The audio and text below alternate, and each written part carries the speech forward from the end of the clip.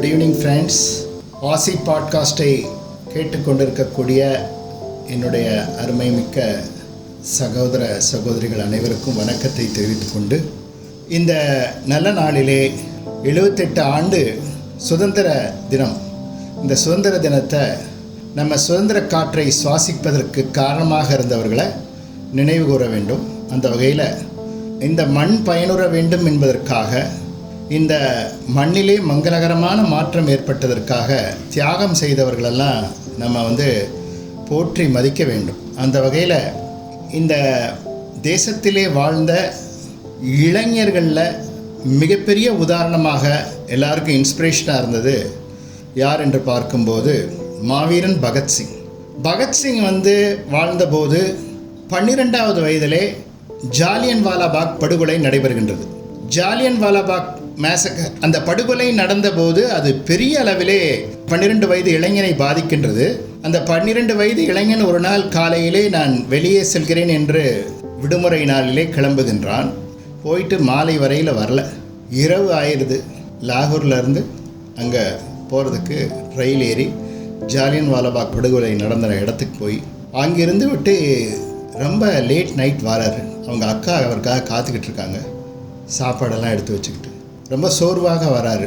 என்ன ஆச்சு, ஏன் இவ்வளோ நேரம் அப்படின்லாம் கேட்குறாங்க.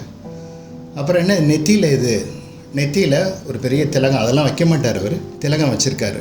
என்ன அப்படின்னு கேட்கும்போது நடந்த விவரத்தை சொல்கிறார். சாப்பிட வாண்டுறாங்க. இல்லை, சாப்பிட வரலன்னா, இது ஒரு நல்ல மாற்றம் ஏற்படணும் உங்களுக்கு, இந்த தேசத்துக்கு, அதுக்காக நான் யோசிக்கணும் அப்படின்னு சொல்கிறார். இந்த மாதிரிப்பட்ட நபர்களை பற்றி நம்ம யோசிக்கணும். அவர் எதை யோசிச்சாருன்றது இருக்கட்டும். இவருடைய வாழ்க்கையை பற்றி நாம் யோசிக்க தவறிவிட்டதால்தான் சிறிய விஷயங்களில், அற்ப சுகங்களில் இளைஞர்களுடைய மனம் போகிறது. இவருடைய வாழ்க்கை வரலாறை படிக்க வேண்டும். அங்கே நடந்த படுகொலை நடந்த இடத்துல, ரத்தம் சிந்தி கிடக்கிற இடத்துல இருந்து எடுத்து பொட்டு வச்சுருக்கார். பொட்டு வச்சுட்டு அப்படியே அதோட சாப்பிடாம படுக்கிறாரு. அவருக்குள்ள ஒரு புதிய எழுச்சி ஏற்படுகிறது. 21 வயசுக்குள்ளே மிகப்பெரிய அமைப்பை உருவாக்கிறாரு. அது அங்கே மட்டும் இல்லாமல் பஞ்சாப் வரையும் இல்லாமல் அகில இந்திய அளவில் பரவணும் அப்படின்றதுக்கான முயற்சியில் ஈடுபடுறாரு. அப்போ கொலை ரத்த ஆறு ஓடிக்கிட்டு இருக்கு. அந்த இடத்துல அவங்களுக்கு புரிகிற மாதிரி சொல்லணும் அப்படின்னு நினைக்கிறாரு. அப்போ ஒரு கன் வாங்குறாரு. 2 விஷயம் அவர் கையில் எப்போவுமே இருக்குது. 2 விஷயத்தை சுமந்து செல்கிறார் பகத்சிங். ஒன்று பிஸ்டலு, துப்பாக்கி. இன்னொன்று நூல். அவருடைய அறிவை வளர்ப்பதற்கு, வீரனாகவும் விவேகியாகவும் அவரை மாற்றுது அந்த நூல். Ferocious leader. அவர் ரொம்ப தீவிரமாக படிக்கிறாரு.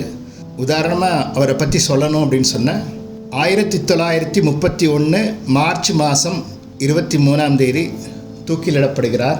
அவர் தூக்கு கயிறை அவர் மேலே போட்டு அந்த தண்டனையை நிறைவேற்றுவதற்காக காவல் அதிகாரி நிற்கிறாரு. பகத்சிங் டைம் ஆயிடுச்சு அப்படின்றாரு. அவர் புக்கு படிச்சுக்கிட்டு இருக்காரு. கொஞ்ச நேரம் வெயிட் பண்ணுறாரு. டைம் ஆயிடுச்சுன்றார். திரும்ப அவர் தீவிரமாக படிச்சுக்கிட்டு இருக்காரு. அப்போ என்ன பகத்சிங், இந்த நேரத்தில் போய் என்ன படித்து என்ன பண்ணுறது, உனக்கு மரண தண்டனை நிறைவேற போகுது, கொஞ்சம் பொறுத்துக்குங்க. ஒரு புரட்சியாளன் இன்னொரு புரட்சியாளனோடு உரையாடி கொண்டு இருக்கிறான், கொஞ்சம் பொறுங்கள் அப்படின்னு சொல்லிட்டு படிச்சுட்டு டக்குன்னு மூடி வைக்கிறார். கிளம்பலாமா அப்படின்னு கேட்குறாரு. என்னென்னா லெனினுடைய புக்கை படிக்கிறார். லெனின் அப்போ புக்கை படிச்சுட்டு தூக்க மேடையை நோக்கி நடந்து போகிறார். தூக்க மேடையை நோக்கி நடந்து போகிறார். எந்த பதஷ்டமும் இல்லை. அவர் தெளிவாக இருந்தார். தான் என்ன செய்தோம் என்பதை தெளிவாக புரிந்து கொண்டு செயல்பட்டார் என்பதற்கு அடையாளமாக அவர் தந்தையாருக்கு எழுதிய கடிதம் ஒன்று இருக்கிறது. அந்த கடிதத்தில் என்னென்னா, அவங்க தந்தையார் மன்னிப்பு கேட்டு வெள்ளைக்கார அரசாங்கத்துக்கு, பிரிட்டிஷ் அரசாங்கத்துக்கு கடிதம் எழுதினதை அவர் கேள்விப்பட்டு அதிக துயரத்தோடு தந்தைக்கு ஒரு கடிதம் எழுதுகிறார். அப்பா, நம்ம என்ன மாதிரி வம்சத்தில் வந்தவங்க, நீங்கள் இந்த மாதிரி காரியத்தை பண்ணலாமா? தாத்தா எவ்வளோ பெரிய போராடி அந்த வீர பரம்பரையில் இங்கே பிழைப்பு நடத்த வந்தவர்கள் நம்ம ஆதிக்கம் செலுத்துகிறாங்க. அதை எதிர்த்து நான் போராடுறதுக்கு எதுக்கு நீங்கள் மன்னிப்பு கேட்கணும்? முதல்ல அந்த கடிதத்தை நீங்கள் பெறுங்க, திரும்ப பெறுங்க. எனக்காக யாரிடத்திலும் எந்த மன்னிப்பும் நீங்கள் கேட்கக்கூடாது. இது நம்ம குடும்பத்துக்கு மிகப்பெரிய தலக்குனிவை ஏற்படுத்தக்கூடிய ஒரு செயல்.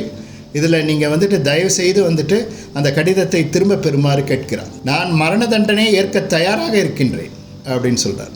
அந்த வகையிலே வாழ்ந்த அந்த பகத்சிங், மாவீரன் Bhagat Singh, he lived only 24 years. 24 ஆண்டுகளே வாழ்ந்த பகத்சிங் சரித்திரத்திலே மிகப்பெரிய இடத்தை பெற்றார். வெள்ளைக்காரர்களுக்கு ஜவஹர்லால் நேரு சொல்கிறார், இனிமேல் எப்போது உங்களுக்கு எங்களுக்கு இடையிலே பேச்சுவார்த்தை நடந்தாலும் மாவீரன் பகத்சிங்குடைய பிணமும் அங்கே இருக்கும் மானசீகமாக. அதை வைத்து கொண்டு தான் நாங்கள் உங்களிடத்திலே உரையாற்றுவோம் என்று பேசுகின்றார் ஜவஹர்லால் நேரு. அது மறக்க முடியாத செயல் நீங்கள் செய்தது என்று பேசுகின்றார். அந்த வகையிலே பகத்சிங்குடைய வாழ்க்கை இந்திய இளைஞர்களுக்கு மிகப்பெரிய ஒரு உத்வேகத்தை ஏற்படுத்தக்கூடிய, புரட்சியை உள்ளுக்குள்ளே தூண்டக்கூடிய, கிரியேட்டிவ் ஃபோர்ஸை ஏற்படுத்தக்கூடிய, அச்சமற்ற எக்ஸ்ட்ராடினரி கரேஜை தரக்கூடிய அந்த பகத்சிங் போன்றவர்களுடைய வாழ்க்கையை நாம் நினைவு கூற வேண்டும். அவர்களுடைய வாழ்க்கை மிகவும் போற்றுதற்குரியது. இந்த நேரத்திலே, இந்த சுதந்திர நாளிலே ஆசி பாட்காஸ்டை கேட்டுக்கொண்டிருக்கக்கூடிய சகோதர சகோதரிகள் அனைவரும், பிரதர்ஸ் அண்ட் சிஸ்டர்ஸ் எல்லாருமே, இந்த உலகத்தில் பல விஷயங்கள் நடந்திருக்கு. அதில் முக்கியமான விஷயம் இந்திய சுதந்திர போராட்டத்தில் ஈடுபட்டு சிறைக்கு சென்றவர்கள், கப்பலோட்டிய தமிழன் வ.உ.சி., மகாகவி பாரதி, இவர்களுடைய வரலாறுலாம் நம்ம படிக்கணும், மறந்துவிடக்கூடாது.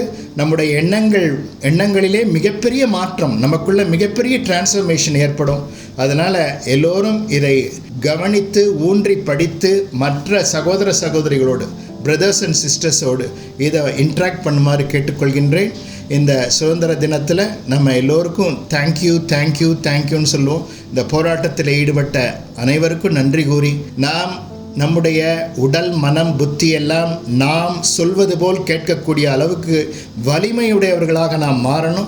நம்மளை எந்த சக்தியும் நம்மளை இயக்கக்கூடாது.